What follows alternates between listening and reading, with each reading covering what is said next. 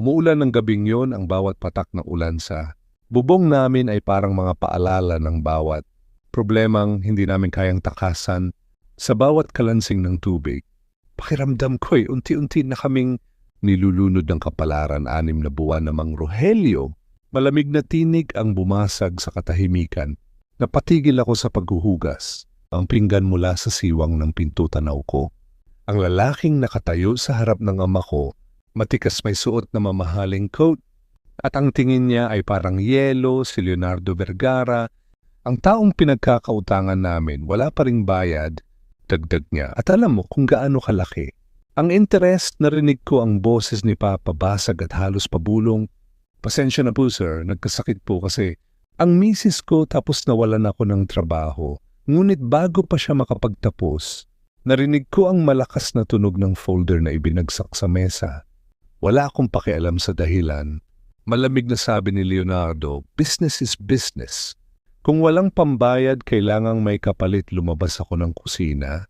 Hindi ko kayang manahimik na lang, sir. Maawa naman po kayo, sabi ko habang nilapitan sila. Bigyan niyo pa kami ng panahon. Kahit kaunting palugit lang doon. Niya ako tiningnan at sa unang beses na nagtagpo, ang mga mata namin parang may tumiklap na bahagi sa loob ko. Hindi ko alam kung takot o kabayon, pero ramdam kong hindi siya karaniwang tao. Panahon ulit niya sabay ngiti, isang ngiting malamig at mapanganib. Alam mo bang madalas kong marinig yan, lumapit siya sa akin. Mabagal mabigat ang bawat hakbang, hanggang sa halos maramdaman ko na ang init ng hininga niya. Kung walang pera bulong niya, baka may ibang paraan. Ang pagbabayad na paatras ako. Anong ibig niyong sabihin? Ngumiti siya, simple lang patawarin ko. Ang lahat ng utang ng pamilya mo, kapalit mo parang may kumirat sa puso ko, napalingon ako. Kay Papa na kayo kuluhuan at walang masabi. Ang ama kong matapang ngayoy basag at walang magawa, at ako ang magiging kabayaran ng sandaling yun. Tumigil ang mundo ko. Ang tanging narinig ko ay ang patak ng ulan at ang mabigat na tibok ng puso ko. Kung ito lang ang paraan para mailigtas ang pamilya ko, pinilit kong ngumiti kahit nanginginig ang labi ko. Pumapayag ako at yun ang simula ng pagkakabihag ko sa lalaking magbabago ng buhay ko. Si Leonardo Vergara, ang lalaking binayaran ko ng katawan at unti-unting sinisingil ang puso ko. Hindi ko malilimutan ang araw na umalis ako sa bahay namin. Bit-bit ko lang ang maliit kong bag, ilang pirasong damit, isang lumang litrato ng pamilya, at puso kong mabigat na parang bato. Habang naglalakad ako papunta sa sakyang pinadala ni Leonardo Vergara, pakiramdam ko'y bawat hakbang ko ay papunta sa isang kulungan. Hindi ko alam kung kailan ko malalabasan. Naktawag ni Papa mula sa pintuan nang lingunin ko siya, luhaan na ang mga mata niya. Patawarin mo ako anak, kung kaya ko lang sanang bayaran. Ngumiti ako pilit na matatag. Huwag niyo pong isipin yan pa. Basta alagaan niyo si Mama, babalik din ako. Pero sa totoo lang, hindi ko alam kung totoo ang sinabi kong yun. Pagpasok ko sa loob ng itim na sasakyan, sinalubong ako ng malamig na hangin ng aircon at amoy ng mamahaling leather. Tahimik ang driver at tanging ingay lang ng ulan sa windshield. Ang maririnig habang papalayo kami. Pinanood ko ang unti-unting paglaho ng bahay namin sa salamin. Parang bawat metro na nilalayo ko ay katumbas ng pagkawala ng isang bahagi ko. Pagdating ko sa mansyon ni Leonardo, parang ibang mundo ang bumungad sa akin. Malawak, tahimik at napakalinis. Parang kahit isang pirasong alikabok ay may kasalanan. Pagbukas ng pinto, sinalubong ako ng isang babaeng nakaputi. Miss Althea Ramirez? Tanong niya. Tumango ako si Martha, ang personal assistant ni Mr. Vergara. Sumunod ka sa akin. Habang naglalakad ako sa loob, napansin ko ang mga mata ng mga kasambahay. May ilan na nakatingin ng may awa at may ilan na may halong panghuhusga. Naramdaman kong hindi na ako tao sa lugar na yun. Isa na lang akong utang na binayaran. Pagpasok namin sa isang malawak na kwarto, naroon siya, si Leonardo Vergara. Nakatayo sa harap ng malaking bintana, nakasilip sa labas habang umuulan pa rin. Dumating ka na pala, malamig niyang sabi ng hindi lumilingon. Opo, mahinang sagot ko.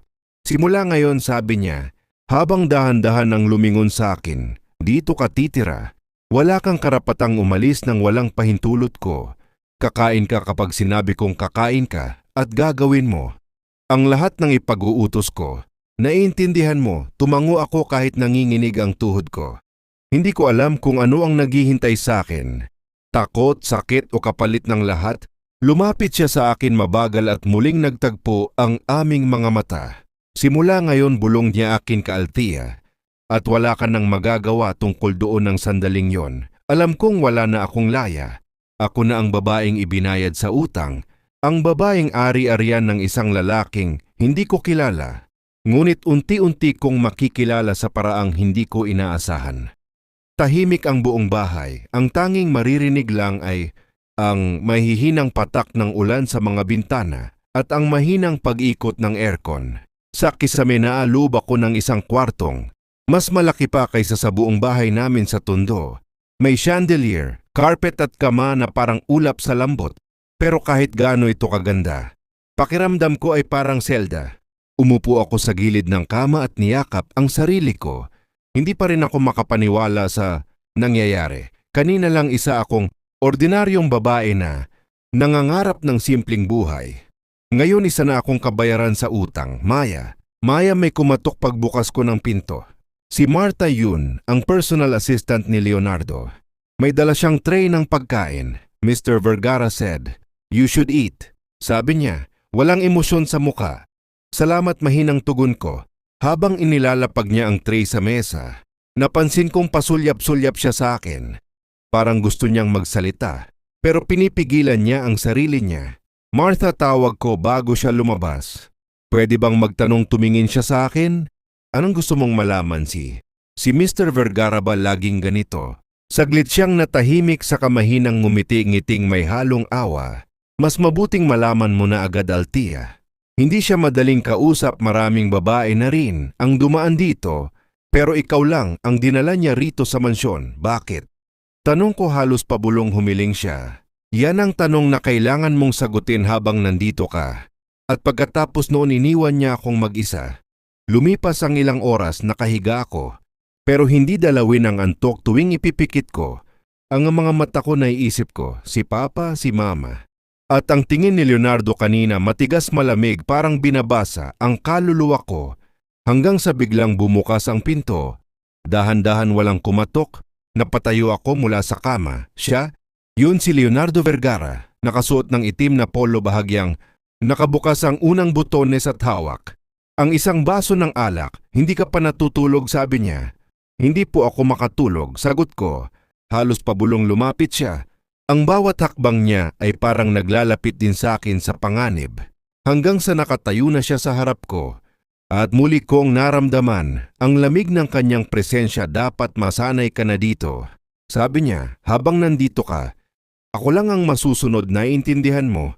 Tumango ako. Hindi ako makatingin ng diretso sa kanya. Itinaas niya ang kamay niya at akala ko'y hahawakan niya ako. Pero tinanggal lang niya ang hibla ng buhok na humarang sa mukha ko. "Magandang babae ka, Althea," bulong niya. "Sayang kung matigas ang ulo mo." Pagkatapos noon, tumalikod siya at lumabas ng kwarto. Iniwan niya akong nanginginig, hindi dahil sa takot lang, kundi dahil sa halong kaba at emosyon na hindi ko maipaliwanag. At sa gabing yon, habang nakahiga ako sa kama ng lalaking hindi ko kilala, tinanong ko ang sarili ko, hanggang kailan ko kakayanin ang ganitong buhay? At bakit sa kabila ng lahat, may parte sa puso kong gustong malaman kung sino talaga si Leonardo Vergara.